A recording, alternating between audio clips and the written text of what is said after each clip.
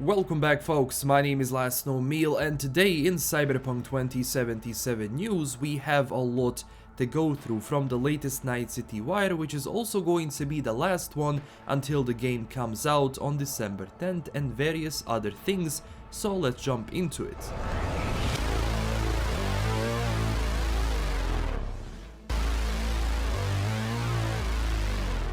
So yesterday the latest Night City wire focused on a couple of things, including Johnny Silverhand, going deeper into his past by showing scenes from the Arasaka riot, Mini Nuke, which was used in Night City at the end of Fourth Corporate War, and much more. It does seem there will be a lot of Silverhand segments, and as devs actually said, this is your story, this is Johnny's story, and sometimes the story is for both.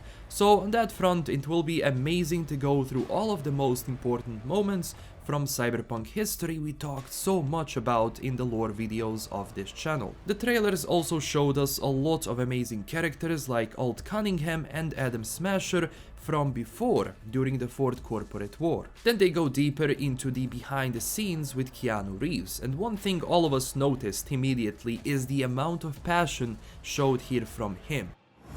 Motion capture, baby. Johnny Silverhand. He does dedicate himself a lot to every project, and we even had Boris Muraskiewicz, who is the English adaptation director who guided Keanu through the role and worked with him to bring the actual character to life. Boris is also the narrator of the 48-minute demo and the deep dive, so that's where you probably recognize the voice from.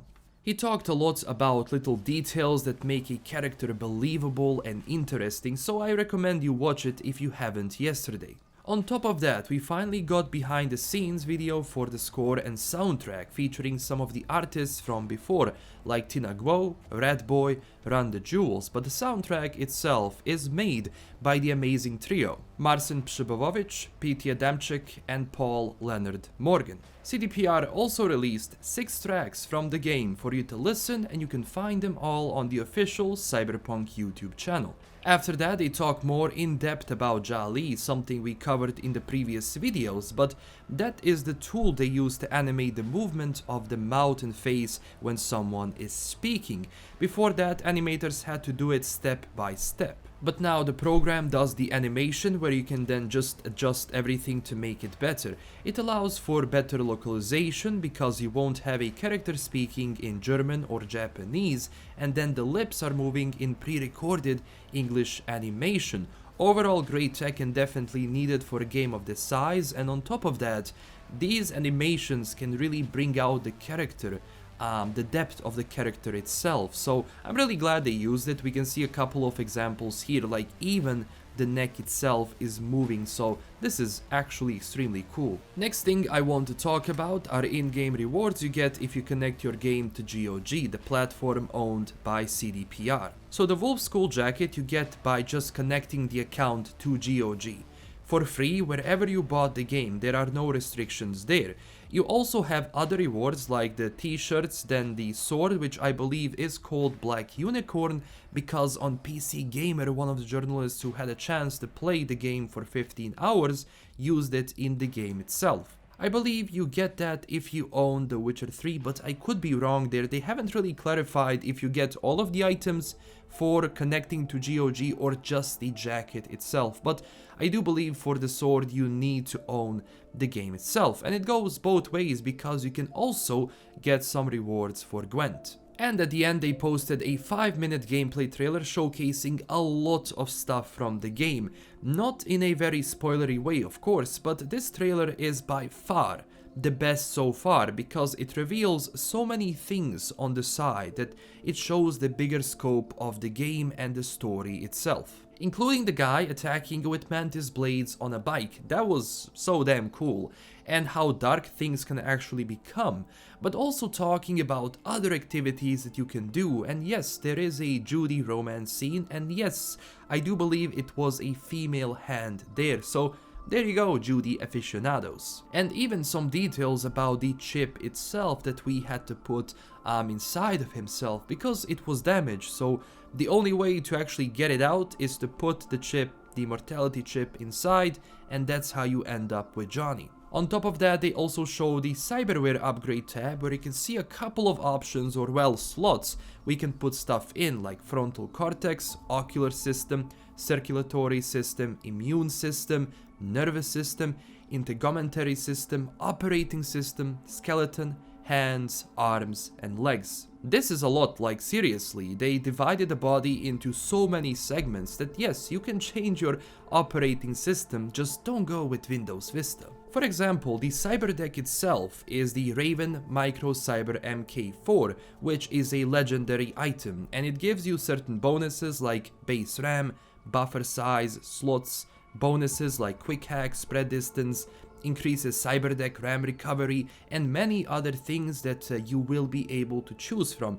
And I do believe that RAM recovery is actually the memory you can use on different things to hack. So once you use that, your memory depletes and it actually regenerates over time. Seriously now, they said cyberware in hundreds, so we will be able to really focus on customizing V as we see fit. With limitations, of course, because you don't want to go full cyber psycho, but still, very detailed UI. We can see some examples here, including the Johnny Silverhand arm. Yep, you can have it. Also, the inventory screen showing us some options like head slot, upper body, lower body, special, also 3 weapons in the slots, quick access to our items like reflex boosters, health, whatever, cyberdeck, stats, and a bunch of options we can choose from. These are just jackets, it seems, on top of everything else we can get, so yes, there will be a lot of customization options for your character in the game. It also does seem that the connection to Johnny is a lot bigger than we realized before, because it seems that Silverhand can actually influence our body in a way where he says he can technically take over the body itself. It will be interesting to see how that happens and if it does, but overall extremely detailed NCV, and no worries, I will analyze both trailers and we will find all the lore and game details. In the other news, we also had journalists play another preview of the game. They had about 15 hours in total, and overall response from them is good.